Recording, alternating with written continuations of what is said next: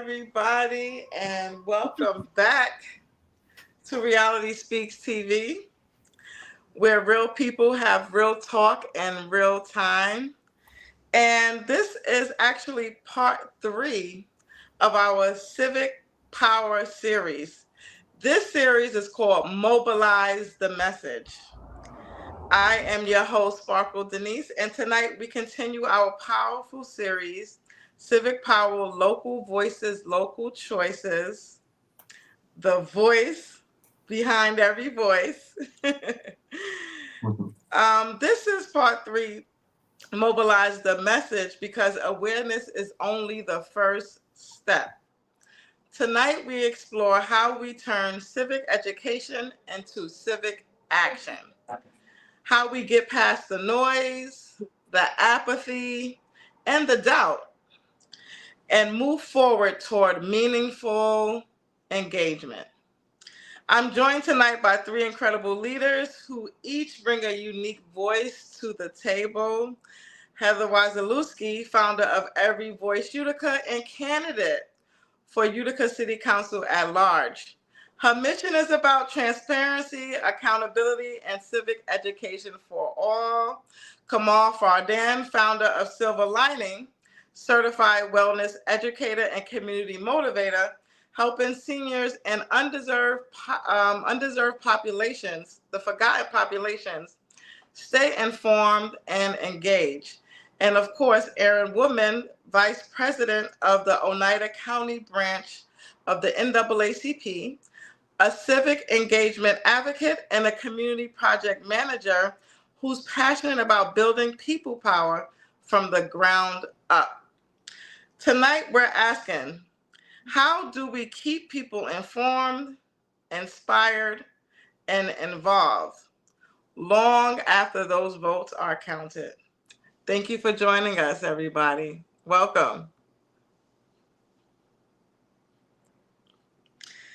So, first I want to start off with how's everybody's doing? How's everybody's weekend flowing? And I did have an icebreaker question for each and every one of you. Like, if civic engagement was an instrument, what instrument would you be, right? Like, rock out with this one. I know I'm a djembe drum. I'm gonna start off there. Boom! But I will go in order of appearance, and I'll start with Kamal. So please just tell me how you're feeling today. How was your weekend? And if civic engagement was an instrument, which instrument would that be? Or would you be, actually? Wow. Good evening, everyone. Hi, guys. First of all, it's beautiful outside. I'm outside in the park across the street, and so everything is good. I'm above ground, so there's no complaints there. Um, but the instrument, that is an interesting question. I'm just going to keep it simple and say a voice, because the voice is an instrument as well. So that will, people who sing, they say they have their instrument is their voice, and so it will be the voice. Okay. Mhm. Heather.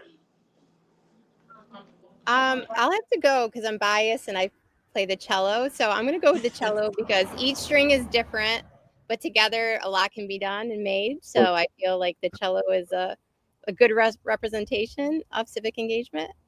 Mhm. Hmm. All right. And Aaron. Well, thank you so much, Sparkle, for having me on and everyone else here to talk about this important conversation of civic power. I'm doing good today. It's a nice sunny day, as Kamal was just saying. You get that nice feeling when you have that nice sunshine weather. It can just brighten up the day, just brighten up the mood here too. So it's really nice to really see that out there. I would say an instrument for civic engagement. I would say the drums, because when you're just playing the drums, everyone can hear you. Everyone could essentially see that you're making all the noise going on here, and people can notice you too. And that's important too, because when you have everyone's attention, then you could like tell them like, all right, everyone, here's the song I'm going to be playing here with my drums here too. And same thing with civic engagement. This is the main message I'm going to convey to you all. So I would say the drums. Ah, I like that. Boom! All right. Yep, exactly. That was really awesome questions, guys. I guess, when we talk about such important topics, sometimes we forget that, we're regular people too. Although we're leaders in our community, we have really important roles that we cover. But look, we look how we just flowing with one another. We're regular people too, guys. So, Heather, I have to ask you. You just recently had a meet and greet at a coffee shop in Utica, which I thought was a great idea, by the way, right? Like, I know you're knocking on doors and things like that, but to, create a social setting for people to come by and patronize local business and have important conversations. How was that? And what did you find out differently that you haven't found out before? I wish that worked easier than knocking on doors. I'd have lots of coffee meet and greets. It was great. Like 30 people showed up at different times, but it was kind of cool because coffee brings people together, so we were all sitting at this like big rectangle table upstairs at Emerson, and we were just all talking about, not me, but me listening to them talking about different issues that they had, and they didn't all know each other, so they were kind of all going back and forth and learning things from one another, and it helped me out. I loved it. I loved the opportunity to learn more, because sometimes when we're in our own bubble, we only think about the things that we know that bother us. But when you're sitting down with others, you get the opportunity to hear more of what other people are talking about and their issues and their concerns. And it was nice. It was a whole bunch of people. There were kids, a couple kids showed up, a couple families showed up, all different people from the community showed up. So it was nice. Yeah, I love that. So I guess that makes me flow into my question for you.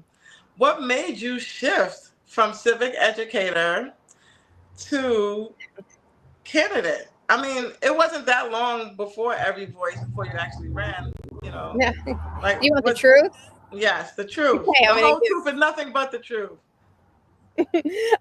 So I was asked to run a couple times, and I never wanted to run. I always said, I like behind the scenes. That's where I'm going to stay. I love educating. I love doing the campaign work. It's what I want to do.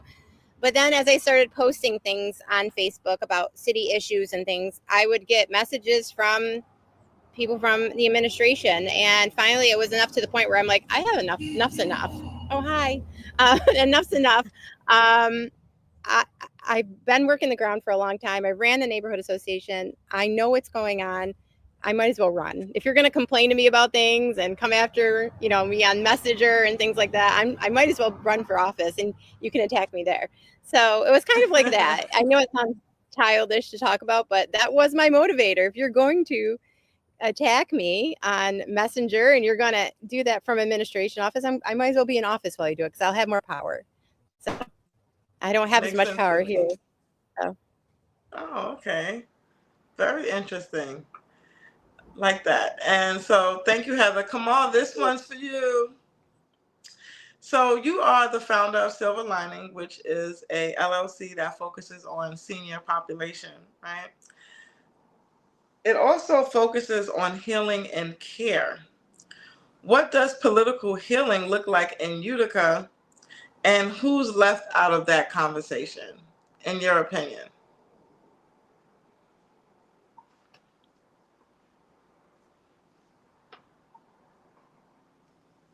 I think that you're on mute. Come on.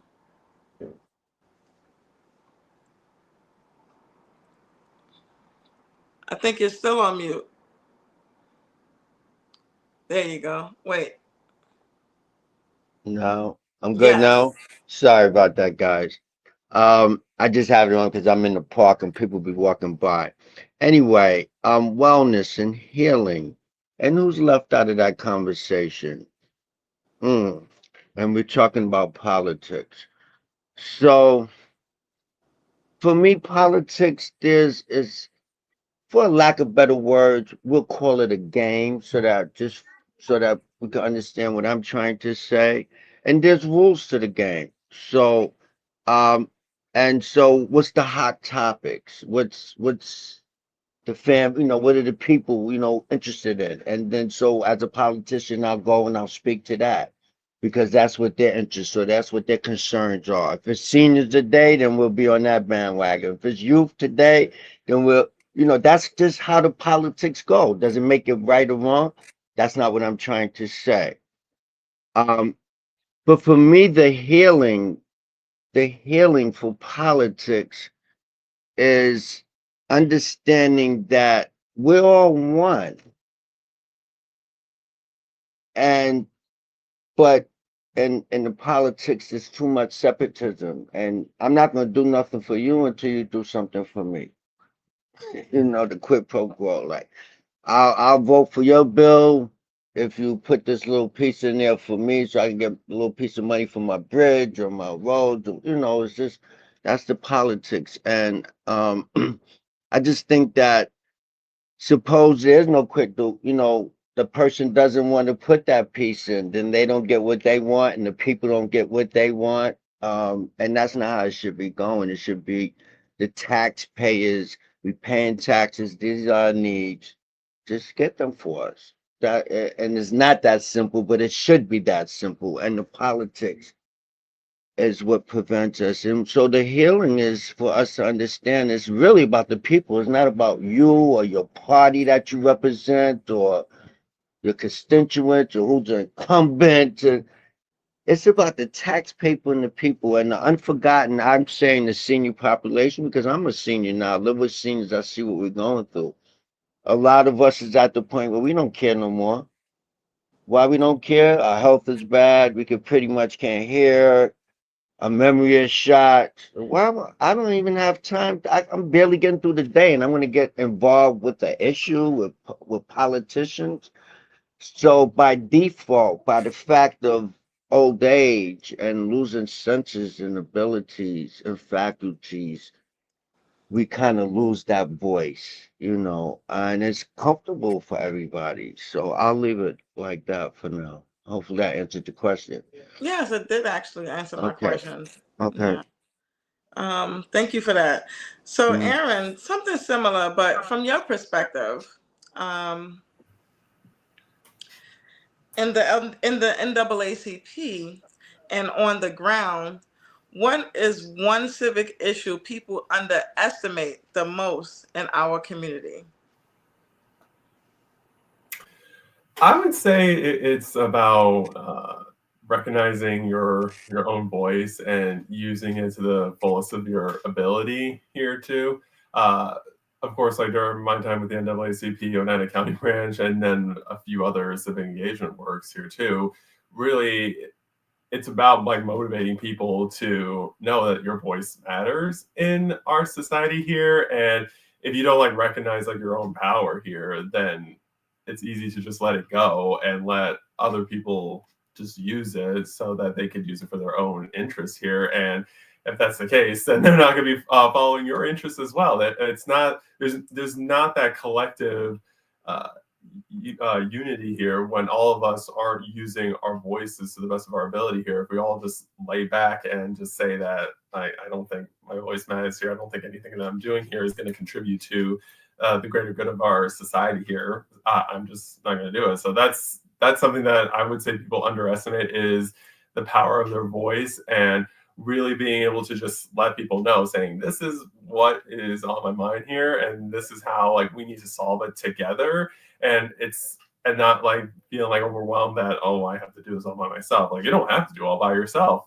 We can all do it together here as long as we know that my voice matters and your voice matters. And then when we all come together, we'll be more powerful than we think. Yeah, I'm really digging that too. Wow, these are some wonderful answers. So I'll just keep the flow flowing on because this is question 2 for you, Heather. How do you plan to keep every voice nonpartisan while also campaigning for a political seat? Well, Ah, I don't believe in party politics at a local level. I believe it at a national level, but at a local level, we all want the same thing. I've said this over and over again. So I will work that way. I'm not going to do something differently for somebody because they're a Republican or they're a conservative. So at a local level, I think it's easy to keep the nonpartisan going, because that's how I plan to be as a council person. So Yeah, I like that too. All right. So, Kamal, I'm going to circle right back to you. How Hmm. can wellness and leadership coexist, especially for those burnt out by local politics? I don't know if you ever heard of something called civic fatigue, right? Yeah. Yeah. So it's basically the same thing in a lot of fields when you deal with people in the mental health field or substance abuse field. You know, anytime you're absorbing a lot of issues from people, you taking their energy, you suspect to get um burnout. And so a lot of these companies that deal with that, what they do, they'll give you 15 to 20 days a year personal time just for that. You need a day, just go ahead and take it, you know, because they recognize um that there is burnout. So I think that the way you mix it is that you have to make sure that you know, we don't get so caught up in the leadership that we forget that we are also a human being and we one of these people that we're trying to help. We're going through the same thing. We're not exempt, you know. We're all dealing with some kind of mental health that we're trying to address. If it's nothing but simple frustration and stress on a daily basis, that's a mental health issue, believe it or not. That's simple, but it's really, really impactful if neglected. But so as a leader, I have to remind myself, no, you're a human being and your health matters more than anybody else. So I have to constantly stop and do something about my health. But what I've done is take a profession now where I'm staying healthy by deep. I work, I lead classes, so I'm exercising at work. They paying me to exercise. So it's kind of a win-win for me as long as I'm able to do it. But I just think that leadership and wellness should come with recognizing that we're not better than, we shouldn't be looking down at people. Maybe we're not having those issues, but by the grace of God, it could be us. Just to stay humble so that we stay well and have that balance so that we're giving the right energy, you know, the real honest energy to the people that need it. Um, Hmm. So, I was going to say for the seniors, they might not be as enthusiastic to move around, and they might have civic fatigue, just out of dealing with it for so many years, they might just be exhausted. So, being that you're an active senior, I still can't help but to wonder about the ones who are not so active. Um, The fatigue goes the other way too. I mean, anybody that have to deal with seniors. I've had a couple people, I don't want to mention their names, you even know some very popular people that tell me I got to take care of my mother.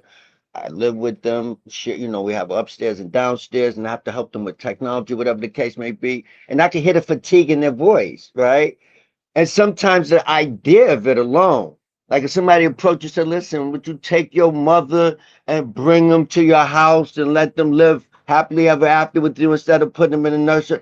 Fatigue sets in, just the idea of it, you know? So it goes two ways. It's not, and obviously seniors are fatigued too. I really believe that 80 years of dealing with people, I'm tired of people lying to me, disappointing me. The easiest thing for me to do is just to isolate myself and not deal with anybody else. And that's really not a good answer. okay. Thank Okay. you. So You're I would like welcome. to say that right now at 44, I'm like the cream filling in the middle between the seniors and the youth. So Aaron, this question is for you and your demographic of people who are youthful right now, right? What are the biggest challenges you've seen around motivating young people to engage with local government, and how do we change that? I would say the biggest challenge is helping them navigate throughout all of the political structures and the political dynamics that we're going through right now. Because we're all like going online, we're on social media, we're seeing a bunch of different people saying different things about like their viewpoints on politics and other sort of issues happening in society here too as well. And a lot of it's like, okay, it's their opinion and they're like sharing articles and videos from people too. But the thing is that there is a lot of that information to just bear. It's like there's so many like life events happening nationally and even internationally too. It just feels like we're bearing all of that to ourselves here too. And like you hear like the expression saying like, oh, the next generation is gonna deal with like some issues here too as well. So, and when you just like think about it, it's just a lot to bear here too, and it could just feel so overwhelming here. And we're like talking about civic fatigue here too. Like there could be that sense of fatigue where it's just too much. And I just Can you please mute your background? Not you, Aaron. Sorry about that. okay, we're good. Okay.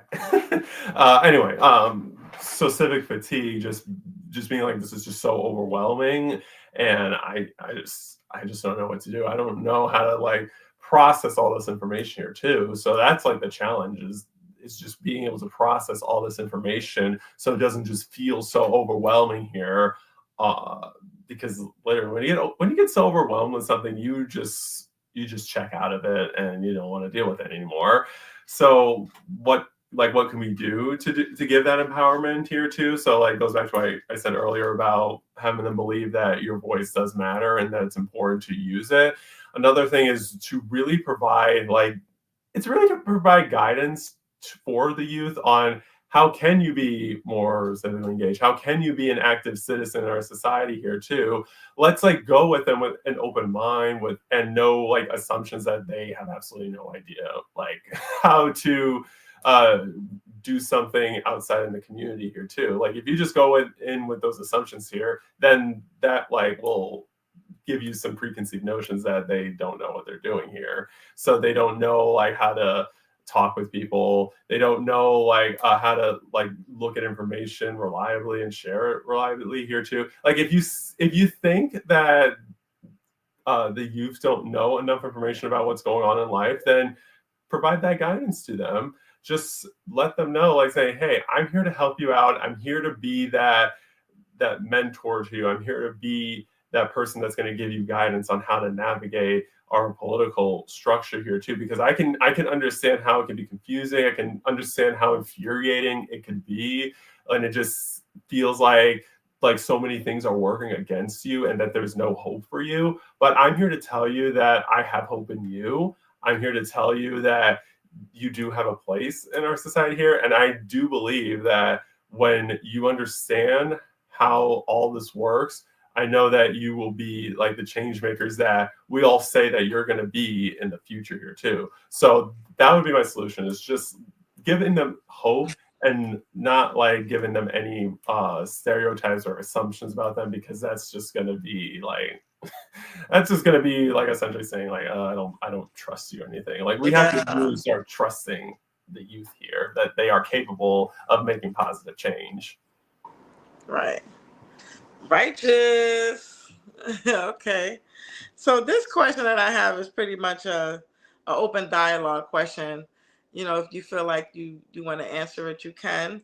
So when people say, man, listen, I'm not even voting. I don't care to vote. Why does it matter? My vote don't count. Nothing ever changes here. How do you respond from your platform or purpose? How would you respond to somebody like that? Like, you know, you kind of touched on that with the hope piece, Aaron. So I guess, you know, Kamal and Heather and even myself, nothing ever changes here. Why should I even vote? How did you respond on your platform or purpose to someone like that?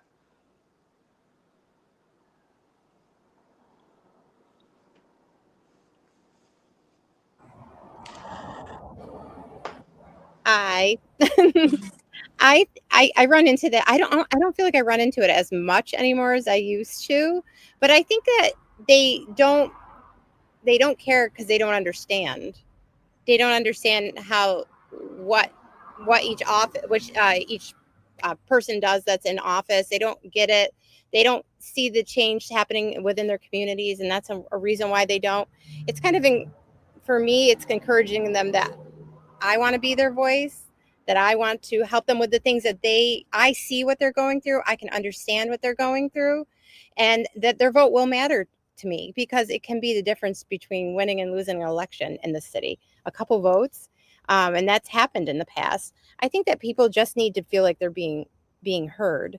And one of the other things is encouraging them that even after winning an election, that people will still be on the ground in their neighborhoods, in organizations, at meetings, at events. But people lose hope because they don't see change, and there needs to be leadership that proves that to them.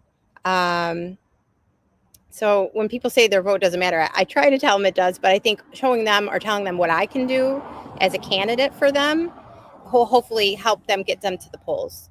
I mean, we can't tell them you have to go, your vote matters, because I've heard it 100 times. People go to their doors, they ask for their votes, and they never come back again. They never talk to them again. They never have anything to do with them again. They need to know that there are candidates that do care, that are in our city, that will be there for them afterwards. So I think it's up to the candidates, the people running, to put that trust back into the community, and let them feel like their vote matters by them seeing actual change. We can't make people go right now, but piece by piece we can, by doing the right things as elected officials and going into communities and doing the things that people are asking. That's what's important. That's how you get people to the polls. You can't tell them, you have to show them. So that's where right. I'm at. Leading by example. Leading by example, like you've been doing so far. Leading by example. Hey, Kamal, you want to answer that? Yeah. Can you hear me? I can. Yeah. So I think there's a major link, first of all, between homeowners and who votes, right? Because when you're invested in either a home or even commercial property, once you make those type of investments in some land in the city, then you are more of a stakeholder where you have more of an interest in the politics and certain legislation and so forth and so on. So I think that's one of the things that separates people, whether they own a home or not, as to whether they really see voting as important. Um, I think the other thing is that, I was listening to you, Aaron, and what you were saying is correct. Another divide between people and anything that we do is you're going to have the people that's already out and about, that's interested, right? And then there's the other group that we have to convince. The ones that's out and about, that's voting or looking to register and, looking for information about voting, that's easy. We can handle that. It's the ones that we have to convince. That's the problem. So that's where the divide, that's the focus. Unfortunately, we have to spend time convincing people of a whole lot of things, whether to vote for me, I'm the right candidate, or to vote for my party, we the right party, or to vote in period. Voting is a good thing. It's like one of the three things. And then we might bump into, I can't get to the polls. There's could be a whole bunch of stuff that you run into with that.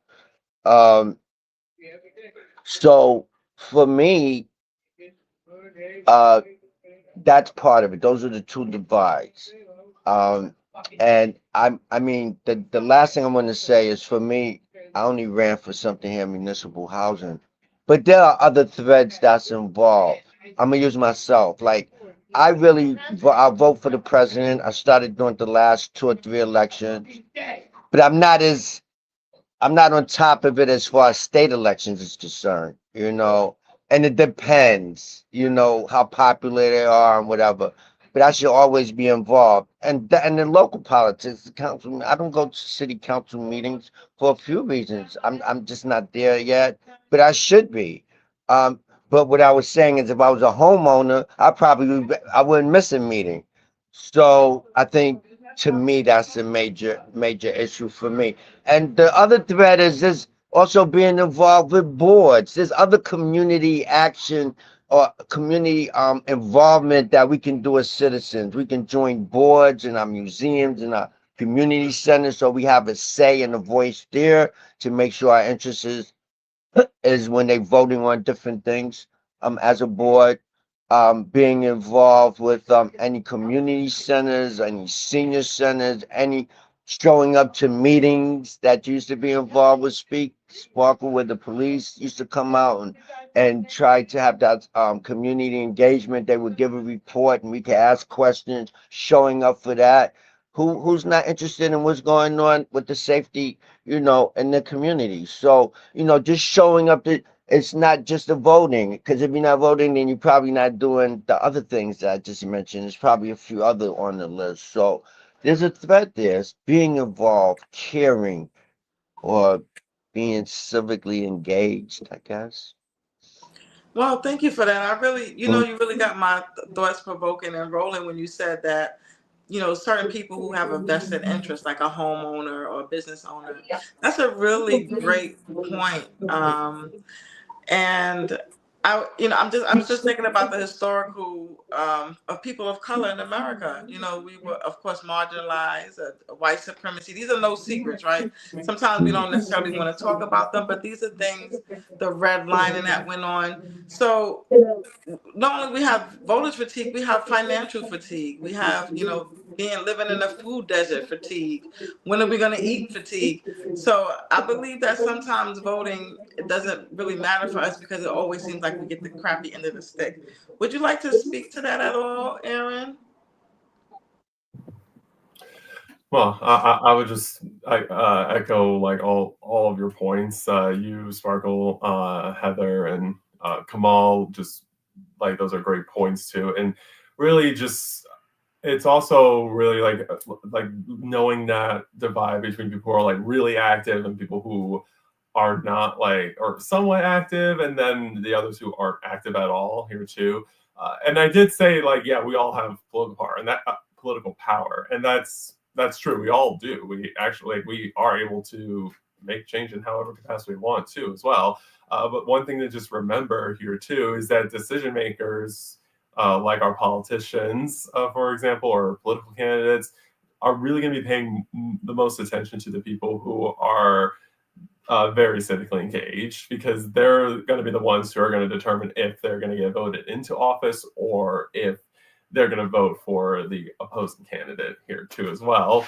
So if you just think about it, you have to also recognize like your own political brand in your community, because all like the decision makers all are going to be looking at each of you and seeing how active are you in your community here, how much influence do you have in different pockets of the community here, because like think about it, like all the politicians and political candidates are talking about, I've been endorsed by this person, I've been endorsed by that group, and they do that because they say like, oh yeah, this group, these groups of people and individuals are very active in the community and they have a lot of influence here too as well, and I'm going to listen to them a little bit more because that's going to help me determine if I'm going to get an office or not too.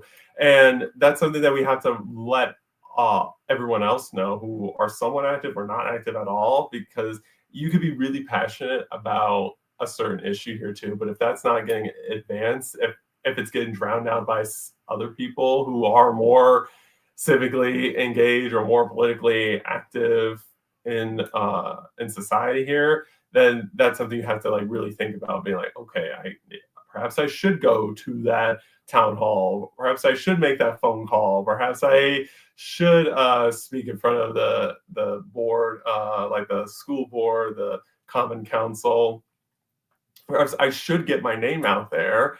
I should let all these decision makers know this is who I am, and this is why I believe a certain issue is important here too. So really, it's about getting your name out there too, so that they can know that they need to take you seriously. And if they don't, then they could lose some votes when the election comes around too as well.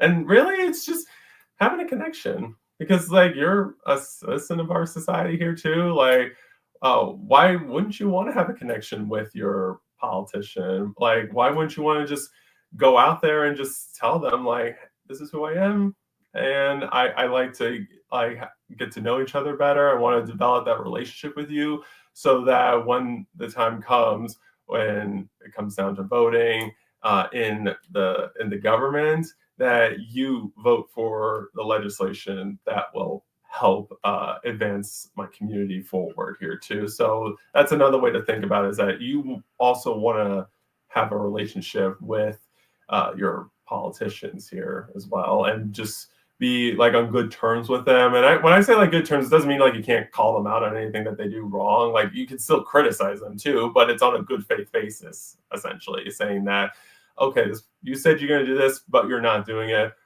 What's going on? What's holding you back? Like, can you help us understand why is it that you're not moving forward with legislation to solve a specific issue here too? Like, try to get that understanding in first, because it's easy to just go on social media and say, look at what this politician is doing and not doing, essentially here too. Like, just have that relationship with them. Try to reach out to them and just say like, hey, I want to get to know each other better. Like, this is my political brand to you.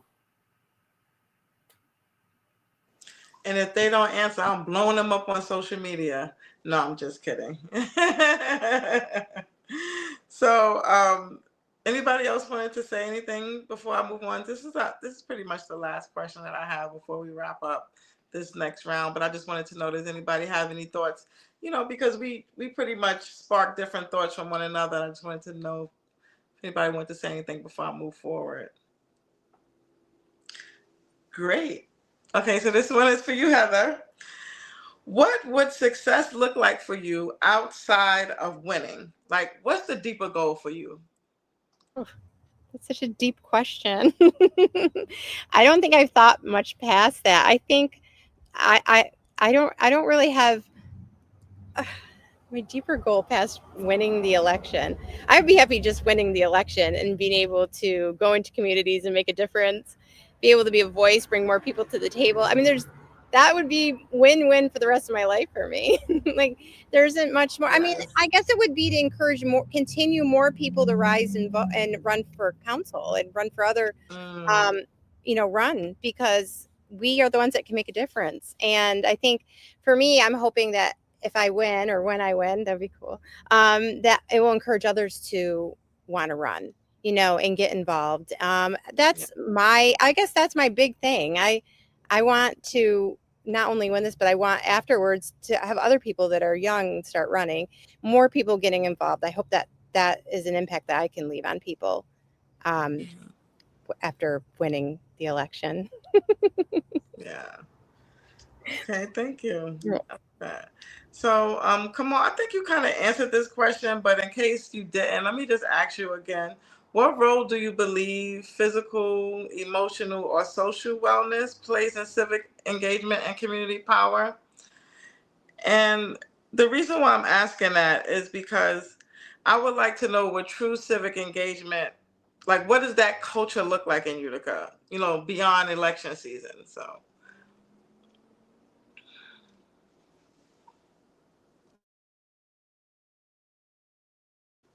Okay, so I guess he'll be joining us again. So, all right. So, Aaron, I do have one final question for you, too.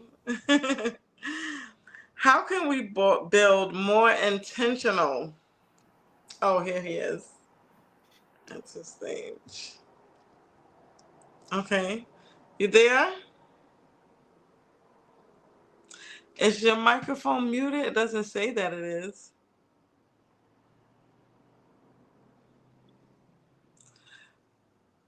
Okay, so stand by, Kamal. For the flow of the show, I'm just going to go ahead and ask Aaron while you deal with your technical difficulties. Thank you very much. Aaron, how can we build more intentional collaboration between advocacy groups and elected officials? Yeah, so it's like, as I said before, it's about building a relationship between advocates and politicians. Essentially, like I said before, you want to build an understanding between yourself and the politicians here too. You want to be able to just convey to them the issues that you believe are important for your community. You want to be that voice on behalf of the community that you're representing here. You want to give that importance and that urgency to that politician to explain, like, why is this something that they need to address? Like, why should this be on their priority here too? Because it's not just you advocating to the politician. There's like so many other groups and individuals who are going to be advocating to the politician, who's essentially going to be like trying to argue, saying like, yeah, I want my issue to be on your top priority here too. And essentially you got to be explaining like, why should your issues be at the top lists on their priorities? You want to be able to get have like a nice civil conversation with them here too. You don't want to like leading to any assumptions right beforehand, saying that like, I don't think you really believe in us here, or I don't think you really like, I don't think you're for us. Like, I think you're just against us because of this, that, and that, like trying to reference something in their characteristics here too. Like, you just want to be going in with an open mind. You just want to come in with a respectful like mindset and just say like, this is what's on my mind. This is how I would like this to be solved here too. What is it that needs to happen to get this issue like resolved here too? Like, what is it that you as our elected leader can do in government to get it done here too? And if it also requires like some part from like the advocacy groups and other community members too, that's also fine too. Like, it's not just like a one-way thing, it's a two-way thing, essentially saying like, yeah, I want to be like, let's say the politician does support you, but they also have a hurdle to get by to as well, that they also need help from you as well, saying that, yeah, I agree, but to make sure that other politicians would put this on their top priority list here too, we also need to convince them as well here too, because it's not just like one politician. Like, if you're like a assembly person or a state senator, like, you also have to make sure you get all the other representatives to agree with you too as well, because some of them will and some of them won't. So it's a matter of strategizing between like yourselves and then with your representative to say like, okay, what is it? What can we do to get this forward so that our communities can thrive here, and make sure that, as we talked about before, they believe in our democratic institutions here, democratic systems here too, and not believe that nothing is getting done here too as well. So really developing that communication between the advocacy groups, the politicians, and the whole community as well. Like, that's like a really critical component, is that communication and transparency with all like the stakeholders here. Yeah, I really like that. Everything being in alignment. Hey, Karius, you back with us? I think so. Okay, there you go. I'm just going to repeat your question. This is your final question for this session 3 of political civic power. What role do you believe physical, emotional, or social wellness plays in civic engagement and community power? Physical, social, And emotional. and emotional. Physical, social, and emotional. Okay, that's interesting. Plays in civic engagement And community power. and community power. So I've been talking about something called the ecosystem. I don't know if we heard of it, but it's just a system. This whole world is just based on one ecosystem. Everything depends on something. You know, the most insignificant ant or animal we think don't have a purpose has a purpose and is doing stuff that we know. We seen a documentary yesterday where the elephants picked the oldest tree because they got to knock some trees down in order to eat, right? And for other irrigation issues. Somehow they know to instinctively pick the oldest tree in the forest and knock it down. I just thought that was so interesting. But I don't think we think of the different parts being a whole. We're just focused on the part, the one part, or this one part. We just focus on emotional or how does that play into it? Well, most of us, especially people of color, are emotional wrecks. I was. I'm trying to work on that. We're emotional wrecks, and therefore we're not. When you're emotional wreck, you don't think. You don't stop to think. Because everything is based on emotions. Even maybe just the decision not to even vote could be done from an emotional state without actually thinking about it. But we're made up of different parts, and so is society. The politics, voting, our officials is just one part of the system. Um, and some people are emotional. We keep using that word emotional. Like, how does that fit in? How does physical fit in? Well, I think I gave an example about seniors. I think young people that's 17, 18 years old, that's a physical thing. They're young. They don't care about no politics unless they grew up in that household or was groomed from their parents. Well, they trying to run the street and see what's happening in their phone. Maybe as they get a little older, they'll become a little more interested. And the older people, so that's the physical part. Emotional, if you just had a bad time with a politician, you might be emotional. You might be spreading viruses everywhere. Talking down about politics. I wouldn't vote for him. I wouldn't vote for nobody. You can't trust. You have people. So that's maybe an example of the emotional that you're talking about. Um, and Yeah. you understand what I'm saying? How it plays a part, and to me, the voting and the politics, it all plays a part. It's part of who we are. It's part of our makeup, part of the ecosystem. Okay, thank you for that. Yeah. So I have one closing question. I know I said that was the last question. This is a general question for everyone, not question specific. What is one action you hope someone watching tonight will take before the next local election, and why does this action matter? So anybody feel free to answer that question. Is what is one action you hope someone watching tonight will take before the next local election, and why does that action matter? I'll go first. Look up who your candidates are. Learn about them. Find them. Are they in the community? Are they doing things? Are they active? Like, know who your candidates are. Don't base your stuff on people based on because they're nice. That's a good person. I should vote for them. Find out what they're really about. What are they doing in the community? I know I'm guilty of this in the past, especially in local elections, just going and voting down the line because I just didn't know who anybody was, and I just thought, well, I saw their name on the sign, so I guess. I think it's hard. No one has. There's not a lot of time to go out there and learn about all this stuff. But if you could do one thing that's good for yourself and for your community when you go out to vote, is know who your candidates are. And are they visible in the community? Are the current people that are in office, have they been visible? Have they been listening to you? Have you seen them? I feel like that's really important. Know your candidates. Know your candidates. That's the one thing I can say to do before the election. And do they align with your values? I mean, that's really it. I mean, that's something I'm guilty of in the past, not knowing my candidates.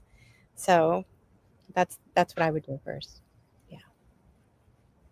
I think Oh, for me, also one more thing. Wait, sorry. I got two. Make sure you're registered to vote. Check your voting status, please. You can't even do any of it if you're not registered. That's it. I'm good now.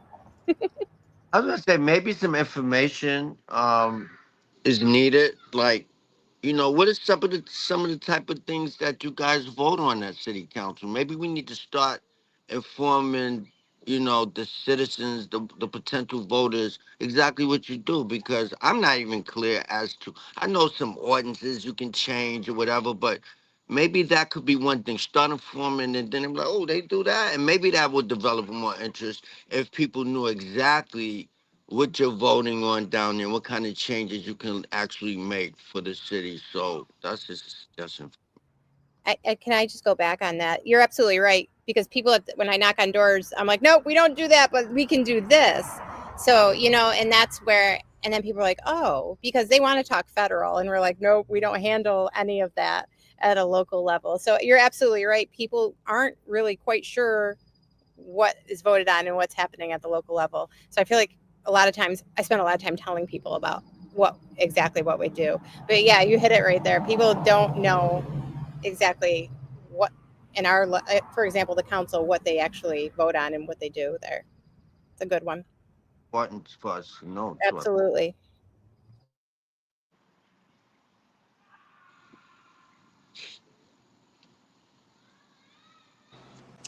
Okay, Aaron, would you like to speak to that at all? Yeah, I would say you and Heather and Kamal, yeah, you pretty much covered what I was thinking about. Just make sure you have your voter plan established, and also check in with other people too. Let see if they got their voter registration status all set and done too as well. Because think about it too, you could be registered to vote too, but is your friend registered to vote? Is your family member registered to vote? Is your colleague registered to vote? Like literally just talk with people and make sure that they're all good with their voter registration, because the worst thing we don't want to see happen is them go to the polls and see something is wrong when they check in. They'd be like, no, yeah, the address is not doesn't match, the name doesn't match, something doesn't match, and it's important to just check beforehand as well. So you could do that by just going to the Oneida County Board of Elections website. That'll give you a ton of information on elections. They'll give you information on like what your ballot will look like too, as well, based on where you live in the county. So just make sure that you go to that website and just make sure that if you have like any like questions or any like things that's going on in your mind about elections, just go to that website. That's like the first place to check when it comes to just getting just straightforward election nonpartisan information as well. Okay, I like that.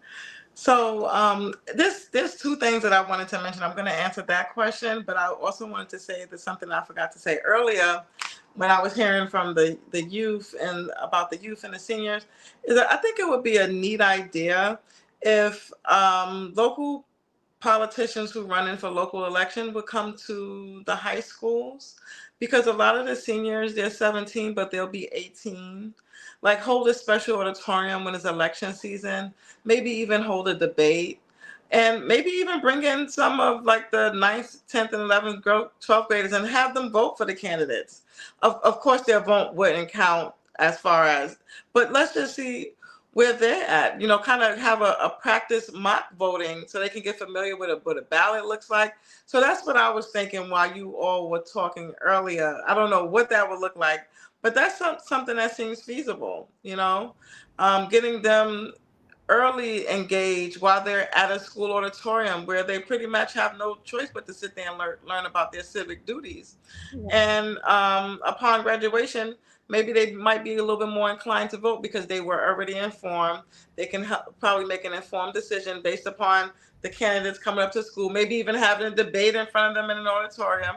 I think that the people who's running for local elections kind of owe it to our young people to show up for them in that way. So that was one idea that I had as far as bridging gaps on how to spread awareness to young people, and maybe the older people can help. That was one. And the second thing about what do I want people who are watching to do after this, I'll say share this podcast.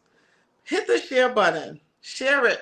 Share it with your friends, your family members. Share it with someone who, may need to know a little bit more, or maybe you want them to know a little bit more, but you might not have been able to penetrate them. Let them listen to a panel of diverse people and their perspectives, and maybe that might inspire them. I'm hopeful that it will. And that's all I had about that. And thank you, everyone who tuned into tonight's conversation. This was part 3 of our Civic Power series. And I just wanted to know before I close it, anyone else had anything to say? Before, just, when you were talking about getting younger like high school and up, there used to be what was called the youth council, like common council. We need to bring that back because that would get them on. It was like an actual council, so you would learn how things were, how legislation was done, all of that. So we definitely need to Wow. bring the city youth council back again. And that was with high school students, I'm guessing, right? Mhm. Yeah, that sounds like, yeah, we need to start. Yeah, okay. Come on, Aaron, y'all good on that? Come on. Can't hear you. Come on. Can't hear me? There you go. I said we keep referring to health and wellness. You know, I'm trying to get into that right now. But I wanted to be clear that it's just not about physical health, how you look, physical fitness. We're talking about the health and wellness of a civilization, right? Mm-hmm. But that word means oh,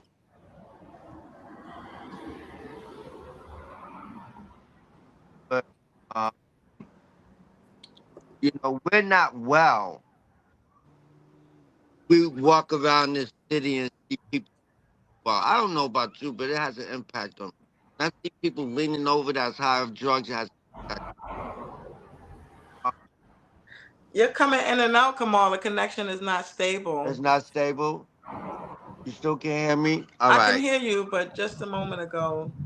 I don't know why, and I don't know if you don't know, but it's been blinking in and out. Maybe it's just my phone, but I've been seeing the whole connection. But maybe it's just my phone where I'm at. I'm not So sure. right now you sound great. If you want to really Okay. quickly implement what you were saying. Yeah, I'm just saying that we're not well when you talk about health and wellness. If part of us is like the body. If you got a toothache, the whole body gonna ache. If your toe ache, the whole body gonna ache, and that's how it is in society. If part of our society is aching, we should all be feeling it, and that's basically what health and wellness. It's not just to one person being in shape; it's the whole society being in shape, or our town, or our city, or whatever we want to do. Thank you.